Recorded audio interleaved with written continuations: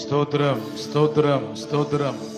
இயேசுவே நீரே துதிக்கு பாத்திர. ஹல்லேலூயா, ஹல்லேலூயா.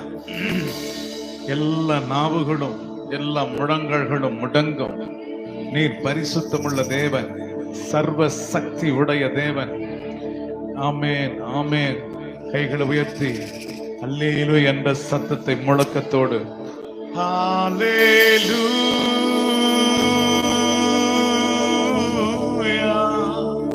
உரத்த சத்தமாய் ஹல்லேலூயா, ஓ ஹல்லேலூயா. கரங்களை தட்டி ஹல்லேலூயா, ஹல்லேலூயா, ஹல்லேலூயா, ஹல்லேலூயா, ஹல்லேலூயா, ஹல்லேலூயா, ஹல்லேலூயா. இன்னும் ஒரு விசை கூட ஹல்லேலூயா, ஹல்லேலூயா.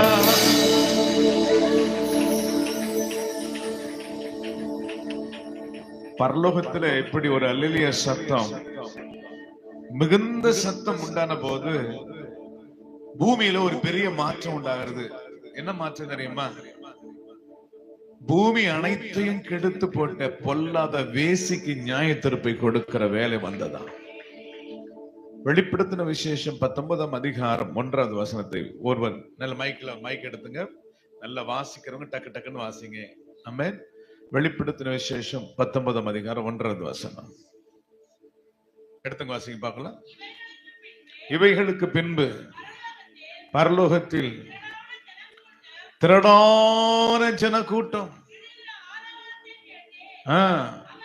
அவர்கள் அல்லேலூயா இரட்சண்யமும் மகிமையும் கனமும் வல்லமையும் நம்முடைய தேவனாகிய யாருக்குரியது?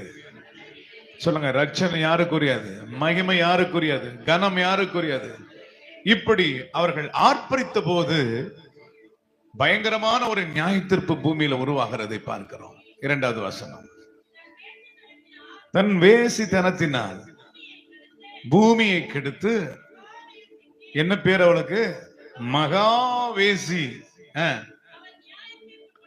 நியாய தீர்ப்பை கொடுத்து தன்னுடைய ஊழியக்காரரை, தம்முடைய ஊழியக்காரருடைய ரத்தத்திற்காக அவரிடத்தில் பழி வாங்கினார். இந்த அல்லேலூயா சொல்லும் போதெல்லாம் கர்த்தர் பழி வாங்குவார்.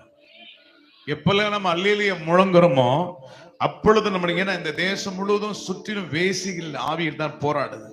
தேசம் விபச்சாரக்காரர்களால் நிறைந்திருக்கிறதுன்னு வாசிக்கிறோம். ஆமென், அல்லேலூயா.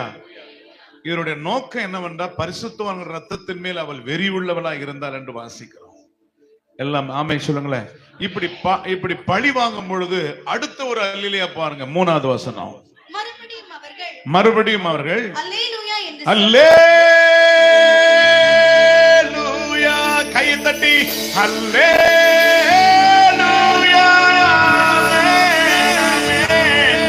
ஆமென், ஆமென், ஆமென். ஜோரா ஜோரா ஜோரா நல்ல இடி முழக்கத்தோடு ஹல்லேலூயா, ஹல்லேலூயா, ஹல்லேலூயா, உரபல சங்கனர கடபலப. பரிசுத்தவான்கள் ரத்தத்தின் மேல் வெறியா இருக்கிற பொல்லாத வேசி இந்த ராத்திரி வேளை வெட்டப்படுவதாக, விழுவதாக, விழுவதாக. ஆமென், ஆமென் சொல்லுவோமா? அவ விழுந்த போது அடுத்த ஒரு வசனம், 3வது வசனம் மீண்டும் வாசிப்பா. மறுபடியும் அவர்கள் அல்லேலூயா என்று சொல்லி, அல்லேலூயா என்று சொல்லி ஆர்ப்பரித்தார்கள். அவருடைய புகழ் என்றென்றைக்கும் எழும்புகிறது என்றார்கள். 24 மூப்பர்களும் 4வது வசனம். 24 மூப்பர்களும் 4 ஜீவன்களும் வணக்கமாய் விழுந்து ஆமென், ஆமென், அல்லேலூயா. மீண்டும் ஒரு விசை ஆமென். கைகளை உயர்த்தி அல்லேலூயா.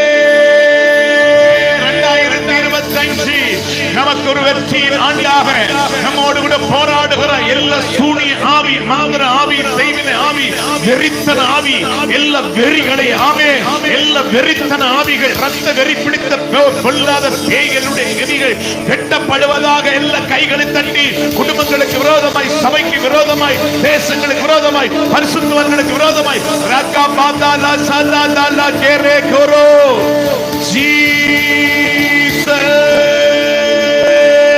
ஹல்லேலூயா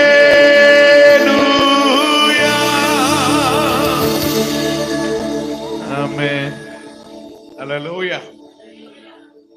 எப்போ அல்லேலூயா சொல்றீங்களோ அப்ப வேசியனுடைய அவருடைய கிரியைகள் அழிக்கப்படுகிறது.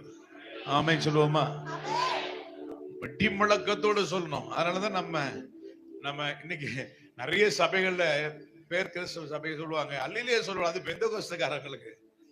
நான் சொல்றேன், எங்க எழுதுக்குது பெந்தகோஸ்தக்காரங்க? இது சத்தியம், எல்லாருக்கும் எழுதப்பட்ட வார்த்தை.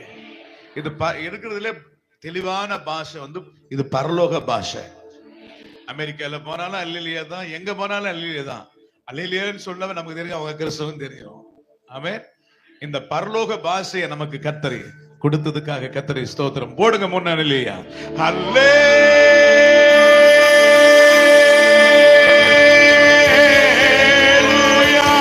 கைகளை தட்டி ஹல்லேலூயா,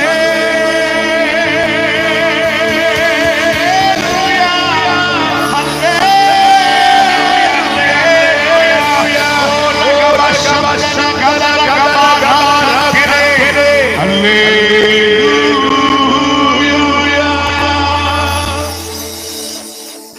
ஆமென் ஆமென்.